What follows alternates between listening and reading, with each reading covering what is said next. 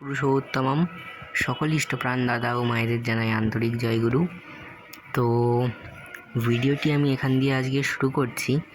ভিডিওটি শুরু করার আগে আমি আমার সকল দর্শকবৃন্দর কাছে একটি অনুরোধ জানাই, যারা আমার চ্যানেলে নতুন তারা যেন দয়া করে আমার চ্যানেলটিকে সাবস্ক্রাইব করে পাশে থাকা অল নোটিফিকেশানটিকে অন করে দেন, যাতে আমার প্রতিটি long video, shorts video, live video এবং ফটো সবার আগে আপনার কাছে এসে পৌঁছায়। তো আজকের টপিক হচ্ছে শ্রাবণ মাস সম্পর্কিত কিছু তথ্য এবং শ্রাবণ মাসে আপনারা কি করবেন, এবং ভিডিওর শেষে আমি আপনাদের শিবের ধ্যান মন্ত্র, প্রণাম মন্ত্র, পূজা মন্ত্র, মহামৃত্যুঞ্জয় মন্ত্র, গায়ত্রী মন্ত্র এবং শিব পঞ্চাক্ষর মন্ত্র আমি আপনাদের বলতে চলেছি। তো আপনারা ভিডিওটি দেখতে থাকুন। তো শ্রাবণ মাস কি? শ্রাবণ মাস হচ্ছে শিবের মাস। এই শ্রাবণ মাসে বাবাকে সন্তুষ্ট করার জন্য নানা উপায় আছে। যেমন কেউ গঙ্গা জল দিয়ে অভিষেক করে, কেউ দুধ গঙ্গা জল দিয়ে করে, কেউ শুধু দুধ দিয়ে করে, কেউ পঞ্চামৃত দিয়ে করে, কেউ ষোড়শোপচারে করে, কেউ পঞ্চাপচারে করে। তো এই শ্রাবণ মাসে কখনো আমিষ জাতীয় খাবার গ্রহণ করা উচিত নয়। এর কারণ হলো শিবের আর এক নাম পশুপতিনাথ, অর্থাৎ যে সমস্ত পশুকুলের নাথ সেই হচ্ছেন স্বয়ং পশুপতিনাথ মহাদেব, অর্থাৎ সমস্ত পশুদের নাথ। তাই এই শ্রাবণ মাস শিবের মাসে কোনো দিনও আমিষ জাতীয় খাদ্য গ্রহণ করতে নেই, এবং তার সাথে সাথে অ্যালকোহলও গ্রহণ করতে নেই।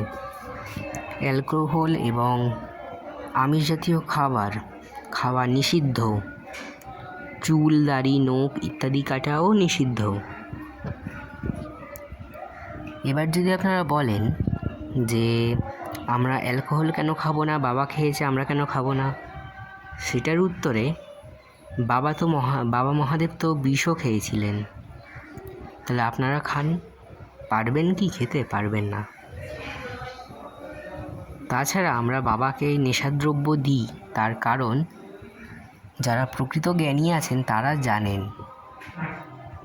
যারা প্রকৃত জ্ঞানী তারা এই নেশাদ্রব্য বাবাকে অর্পণ করে বলেন, হে বাবা, আমার মধ্যে যত খারাপ দোষ, খারাপ গুণ ইত্যাদি আছে, এই সবগুলিকে তুমি আমার মধ্যে থেকে বের করে আমাকে দোষমুক্ত, পাপমুক্ত করো।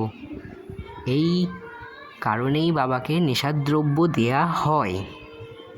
তো আর হ্যাঁ, শ্রাবণ মাসে বা এমনি সময়ও শিবকে কখনো খালি মাটিতে রাখবেন না।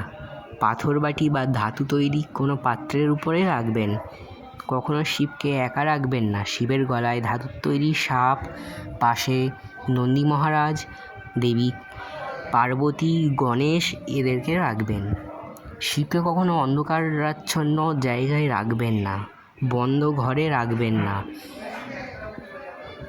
তাহলে অশুভ পরিণাম হতে পারে। তো শ্রাবণ মাসে এবার বলি যে আপনারা কী করে শিবের উপাচার করবেন, মানে শিব উপাসনা করবেন। তো আপনারা প্রথমত গঙ্গা জল ঢেলেও উপাসনা করতে পারেন, ফুল দিয়ে, ধূপ দিয়ে। এবার যার সামর্থ্য আছে সে পঞ্চাপচারে করবে। এবার তারপরেও যার সামর্থ্য থাকবে সে ষোড়শোপচারে করবে। তো কী দিয়ে শিবকে শ্রাবণ মাসে স্নান করালে সবথেকে ভালো হয় আমি বলছি। প্রথম, গঙ্গা জল। 2, দুধ। 3, দই। 4, ঘি। 5, মধু। 6, শর্করা। 7, আতপ চাল। 8, আখের রস। 9, আঙুরের রস। 10, ফুলের পাপড়ি দিয়ে স্নান। 12, চন্দন মিশ্রিত জল। 13 ভস্ম মিশ্রিত জল ইত্যাদি দিয়ে আপনারা স্নান করাতে পারেন বাবাকে। তো এই হলো শিব পূজার বিধি। তারপর যখন আপনারা শিব পুজো করতে বসবেন তখন প্রথমে আচমন করবেন, বিষ্ণু স্মরণ করবেন, জলশুদ্ধি আসন শুদ্ধি করবেন, গণেশ বন্দনা করবেন, গুরু বন্দনা করবেন, সূর্যদেবের অর্ঘ্য দেবেন, তারপর বিষ্ণু পূজা করবেন, লক্ষ্মী পূজা করবেন, তারপর শিব পূজা করবেন, তারপর অগ্নিদেবের পূজা করবেন, তারপর দেবী শক্তি অর্থাৎ মা দুর্গাকে বা মা দুর্গার যে কোনো রূপকে আপনারা পুজো করতে পারেন। আর এই দিনে আপনারা যদি উপবাস রাখতে পারেন তাহলে আরও ভালো হয়। তো এবার আমি যে মন্ত্রগুলিকে আপনাদের সঙ্গে শেয়ার করতে চলেছি সেইগুলো আমি আপনাদেরকে বলবো। প্রথমে ধ্যান মন্ত্র। আপনারা ডান হাতে একটি বেলপাতাকে উল্টো করে তার উপর একটা ফুল নিয়ে কুর্ম মুদ্রা করবেন। যারা কুর্ম মুদ্রা জানেন তারা করবেন, বা যারা জানেন না তারা ফোন থেকে সার্চ করে দেখে নেবেন। দেখে কুর্ম মুদ্রা করে বলবেন আমার সাথে। আমি মন্ত্রটি 2 বার করে বলছি, প্রত্যেকটি মন্ত্রই আমি 2 বার করে বলবো। যদি আপনারা লেখার সময় না পান তাহলে দয়া করে আপনারা ভিডিওটি আমার ডাউনলোড করে নেবেন এবং সুযোগ বুঝে লিখে নেবেন। তো এবার শুরু করা যাক। ধ্যান মন্ত্র শিবের।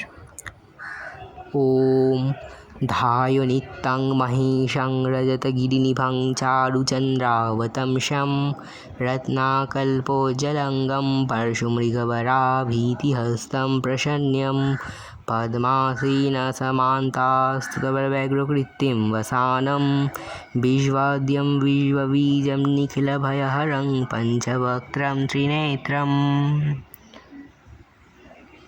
তো আরেকবার বলছি, শুনুন।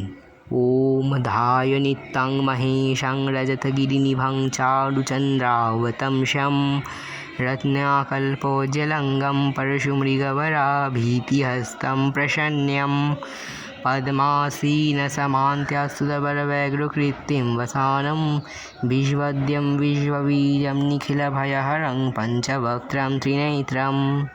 শিবের প্রণাম মন্ত্র।